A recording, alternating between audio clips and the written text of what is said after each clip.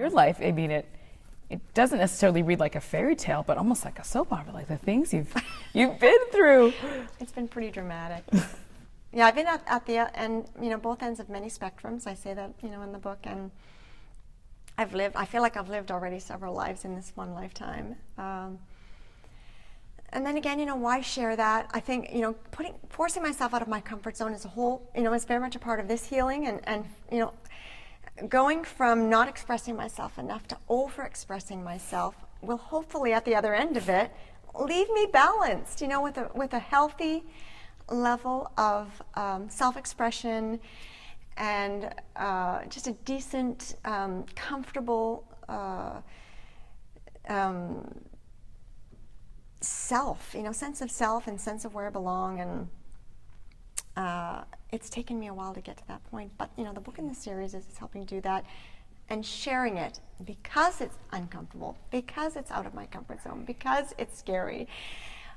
It's a part of facing my fears and starting a whole new way of thinking for me, putting it into practice, starting with the series, because that makes me practice it visually, in front of everybody, and say, okay, well, I have to actually deal with this and do this and go through it, and follow my own advice and listen to my own preaching to myself in my self-motivation, but then following through with it. And that's really what the series is all about. What was it like going back to Timmins? I know that part really touched me when you went to your old home with your sister. Mm-hmm. What was that experience like? It was interesting doing that with my sister, because we experienced so many of the same things growing up in the same house, and we have our individual experiences within that, but there's obviously so much that we shared, and it was just important to go back and walk through it together and talk through it.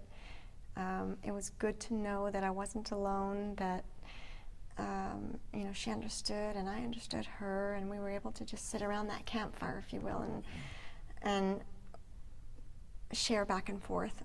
And again, the book, sharing the series with the public is all about saying, I know how you feel.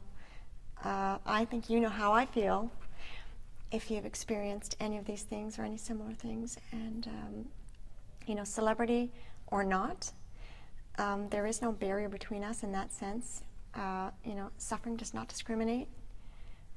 We're all in this life together, and, here's my testimony. If it helps you, then that is the greatest reward I could ever get for this whole scary exercise. We know you have risen to, the pinnacle that any artist could ask for in terms of fame and celebrity and people chanting your name. And you probably could ask anyone in this world to sing a little bit of a Shania Twain song, and they probably could. What was the reasoning behind sort of walking away and letting that be what it was for a little while and saying, I'm going to do my own thing now? Well, I needed a break. My voice was getting weaker and weaker. I didn't know why. I was losing confidence as well at the same time because of that. And I thought, I really think I need a break. And maybe that's all it is. So let me step away, spend time with my child, be with my family, reconnect in that way, and I'll just wait it out. My voice never did come back. And through the course of that period away, my marriage fell apart. And this whole, turning of the Titanic came about. It's like turning this ship around.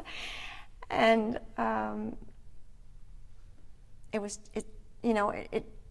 everything, it seems like everything just fell apart, and it was time for a new beginning.